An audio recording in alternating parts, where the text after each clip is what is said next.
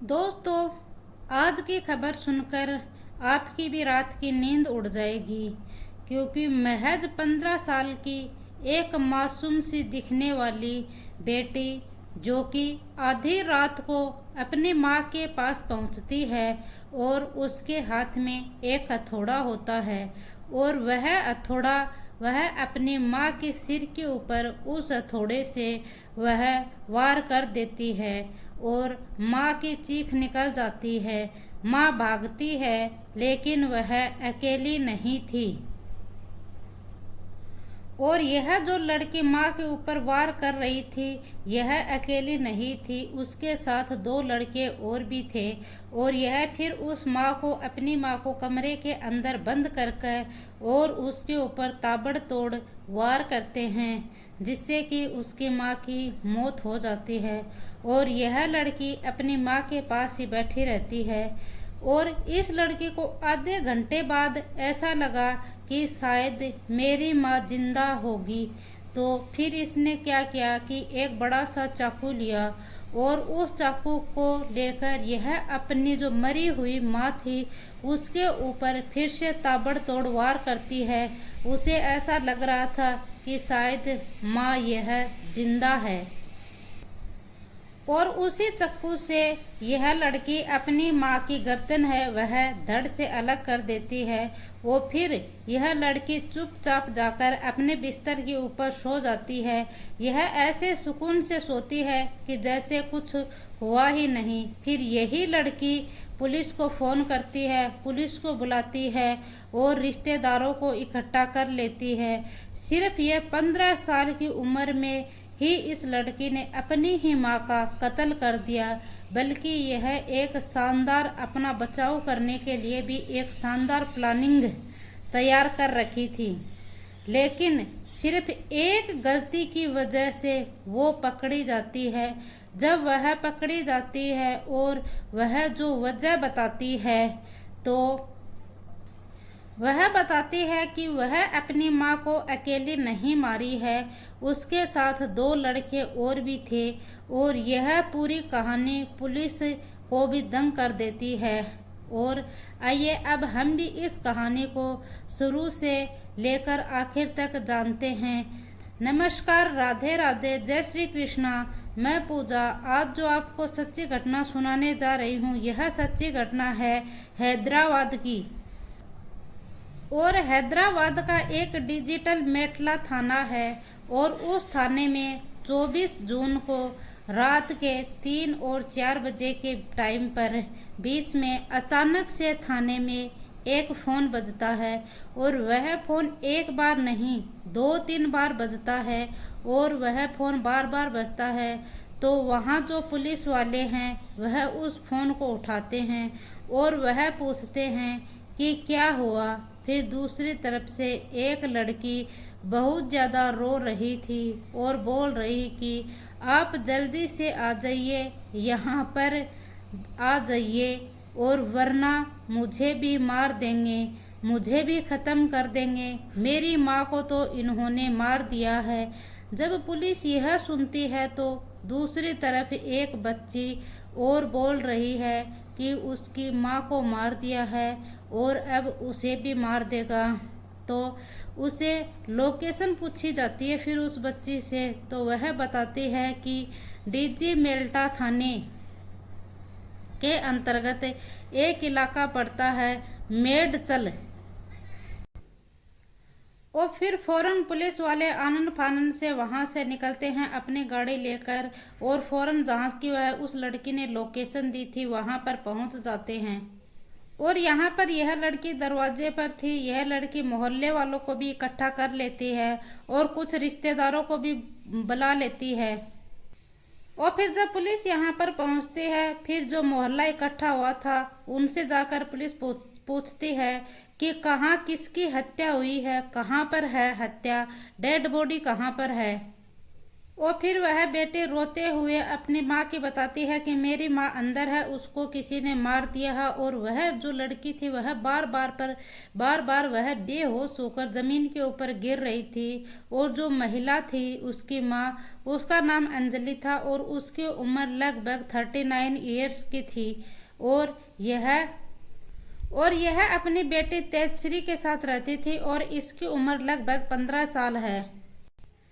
फिर पुलिस जाकर उस डेड बॉडी को देखती है तो उसके ऊपर चाकू से वार किए गए थे, सिर पर हथौड़े से वार किए गए थे, उसके ऊपर ताबड़तोड़ वार किए गए थे, जैसे कि किसी दुश्मनी या रंजिश के बदले इस महिला के ऊपर इतना ज्यादा वार किए गए।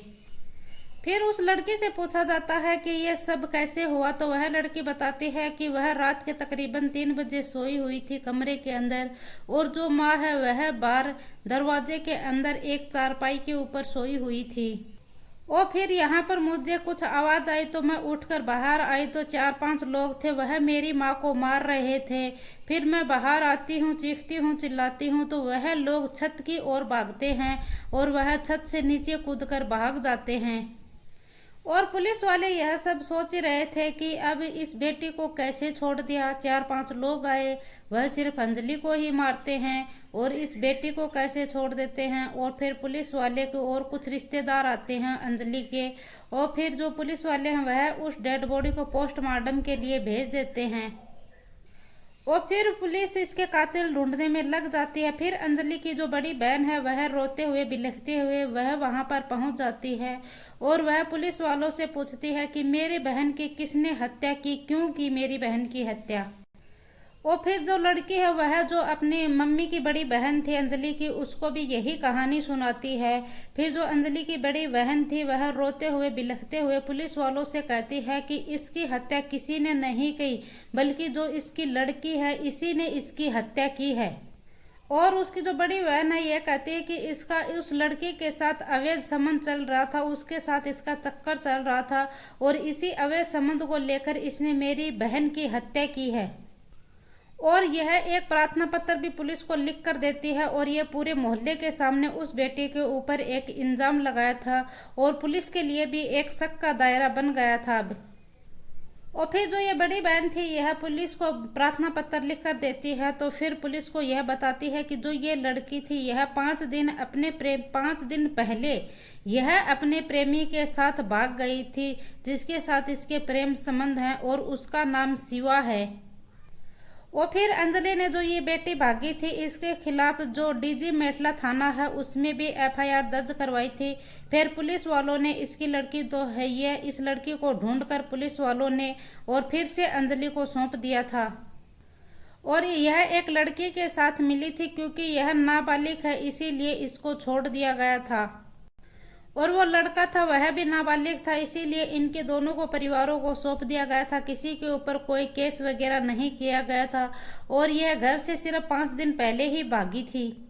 और फिर पुलिस का भी इसके ऊपर शक गहरा होता जाता है, तो फिर पुलिस ने इसकी कॉल डिटेल चेक की, तो कॉल डिटेल में चेक की तो पुलिस ने तो पता चलता है कि 24 जून की रात को यानी कि 3 मतलब कि पूरे 3 यानी कि 12 बजे से लेकर और सुबह 3 बजे तक इस लड़की ने शिवा के साथ कॉल के ऊपर बात की थी।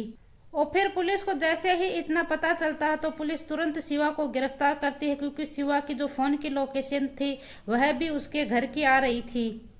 और फिर पुलिस तेजश्री को भी गिरफ्तार कर लेती है क्योंकि वह नाबालिग लड़की थी, 15 साल की लड़की थी, और पुलिस उसे को भी गिरफ्तार कर लेती है। और फिर जब पूरी कहानी पूछती है और जब पुलिस पूछती है तो यह बताती है कि यह लड़की 10वीं क्लास में थी, ये स्कूल में पढ़ने जाती थी और स्कूल के अंदर ही एक शिवा नाम का लड़का है, उसके साथ इसकी प्रेम कहानी शुरू हो जाती है। और शिवा के साथ यह घूमने होटल्स वगैरह भी सब जगह जाया करती थी। फिर जून के महीने में ही इसकी माँ ने इस शिवा के साथ इसे घूमते हुए देख लेती है, तो इसकी माँ इसे डांटती है, फटकारती है कि तुम उस लड़के शिवा के साथ क्यों घूम रही हो, तुम उससे दूरी बनाकर रखो। और जो इसका फोन था कि उसके फोन से ही उसकी प्रेम कहानी शुरू होती है। जो माँ है वह इसका फोन भी छीन लेती है और इसका स्कूल था वह भी पूरी तरह से बंद करवा देती है। और फिर शिवा है वह इसको दूसरा फोन देकर जाता है और वह फोन तो दूसरा देकर जाता है, लेकिन इसने सिम वही डाली थी। इसकी मां ने फोन तो छीन लिया था, लेकिन यह फोन छीनने से पहले उसके अंदर से सिम निकाल लेती है। और फिर यह गुस्से में तो थी ही और आग बबूला होकर यह 19 जून को घर से भाग जाती है। और जब मां 19 जून को ही पुलिस में FIR दर्ज करवाती है, एप्लीकेशन देती है, तो पुलिस रात का 19 जून की रात को ही इसे घर पर वापस लाकर उसकी मां को सौंप देती है।